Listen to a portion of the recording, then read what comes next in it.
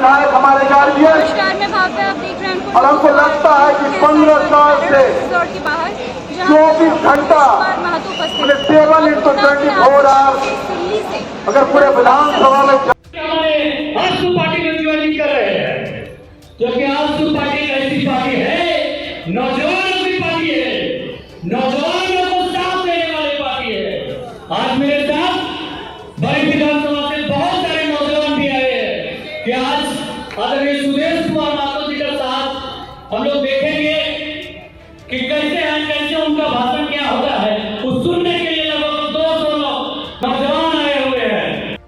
नेतृत्व देने का, अपने राज्य के लिए, देश के लिए सोचने की ताकत अगर उसमें है तो स्वाभाविक रूप से पब्लिक उनको गद्दी पर लाएगी। लेकिन ऐसा नहीं है तो किसी के नाम पर कोई व्यक्ति जाकर अगर प्रयोग राज्य के अंदर करता रहेगा तो ये राज्य का भविष्य किधर जा रहा है, इसका जिम्मेदारी हम सबको स्वतः झारखंड की जनता को लेना है। अब इन आचरणों के लिए कांग्रेस पार्टी कहीं संघर्ष करते हुए नहीं दिखेगी। इन आचरण के लिए झारखंड मुक्ति मोर्चा काम करते हुए नहीं दिखेगा। इस झारखंड में केवल आजसू पार्टी के हाथ में यह दायित्व है कि इसके लिए आपको काम करना पड़ेगा, इसके लिए आपको काम और मेहनत करना पड़ेगा। मैं जानता हूं कहां जाना है, हम कहां जाना चाहते हैं, आपकी भावनाओं का हम सम्मान करते हैं, लेकिन भावना ये ऐसी नहीं होनी चाहिए।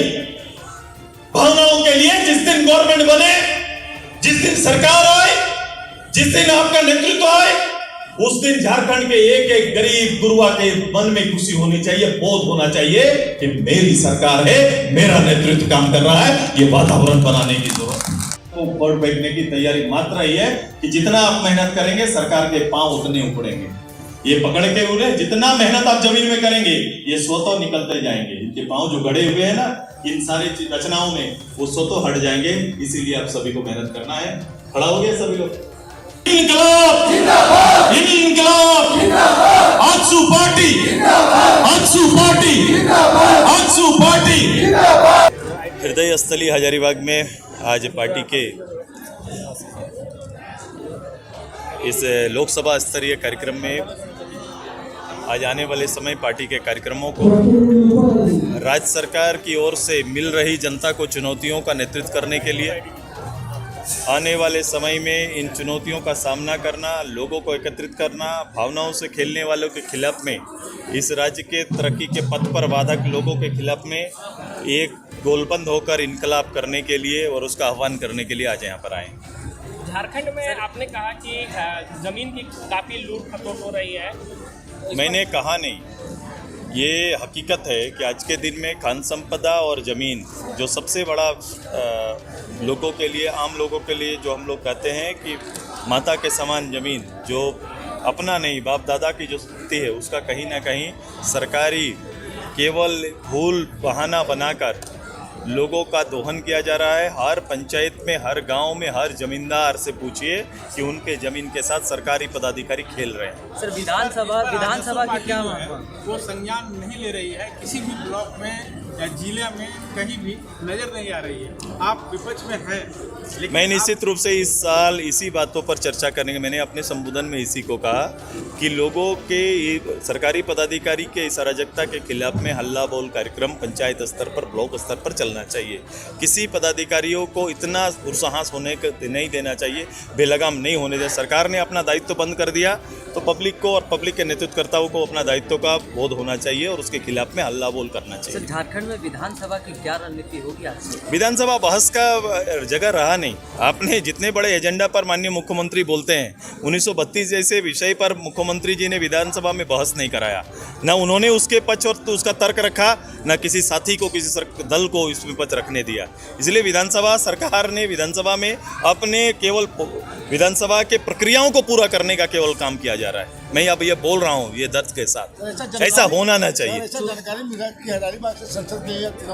मैं पूरे राज्य में लड़ूंगा, पूरे राज्य में जितने सांसद, जितने विधायक लड़ेंगे, कहीं ना कहीं हमारे एनडीए के बीच में, हमारे नेतृत्व में लड़ेंगे।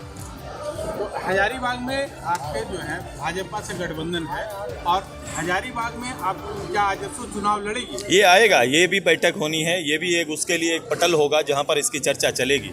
लेकिन अभी पब्लिक के लिए लड़ना है, ये आह्वान है मेरा। बड़का गांव में विस्थापन नीति पर बड़का गांव के विस्थापन पर सरकार का ध्यान नहीं, बड़का गांव की ज़मीन को किस तरह से लूटा जा रहा है।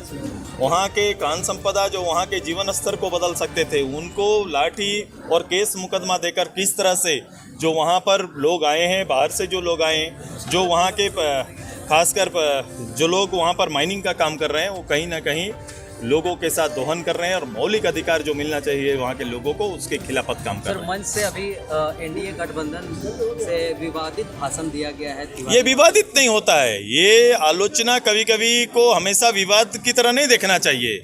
ये अपेक्षा करते हैं, कार्यकर्ता की अपेक्षा होती है।